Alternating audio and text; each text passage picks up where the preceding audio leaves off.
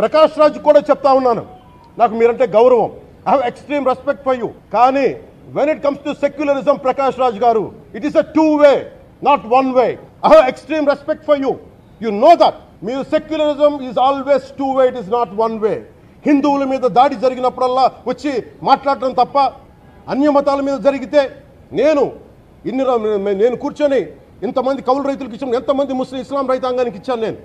ఇదే ఎన్ని మద్రాసాలకి డబ్బులు ఇచ్చాను నేను, 25 లక్షలు 30 లక్షలు ఇచ్చాను, నేను ఇచ్చినవాడిని. నేను నాకు అన్యమతం ఇస్లాం మీద గౌరవం ఉన్నవాడిని, క్రిస్టియానిటీ మీద గౌరవం ఉన్నవాడిని, చిన్నప్పటి నుంచి కూర్చొని మిషనరీ స్కూల్లో చదువుకున్నవాడిని.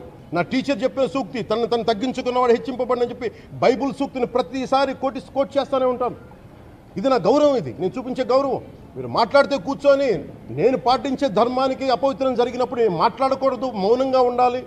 సెక్యులరిజంకి విఘాతం అంటే ఏంటి? సెక్యులరిజంకి విఘాతం నా ఇంటి మీద దాడి జరిగినప్పుడు నేను మాట్లాడకూడదా? నా ఇల్లు 10 మందికి ఆశ్రయం ఇస్తుంది. నా సనాతన ధర్మం అన్ని ధర్మాలకి ఆశ్రయం అయితే దానికి దాడి జరిగినప్పుడు, దాని మీద అపవిత్రం జరిగినప్పుడు దానికి కూడా మాట్లాడకూడదంటే ఏం మాట్లాడాలి మీతోటి? Prakash Raj garu, you have to learn your lessons. I respect you. It's not just Prakash Raj garu, all the people who thinks in the name of secularism. Shri Pawan Kalyan garu, నేను ఇప్పుడే మీ ప్రెస్ మీట్ని చూశాను. నేను చెప్పిందేంటి, మీరు దాన్ని అపార్థం చేసుకుని తిప్పుతున్నదేంటి?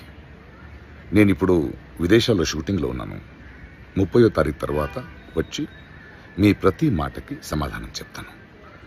ఈ మధ్య మీకు వీలైతే నా ట్వీట్ని మళ్ళీ చదవండి, అర్థం చేసుకోండి ప్లీజ్.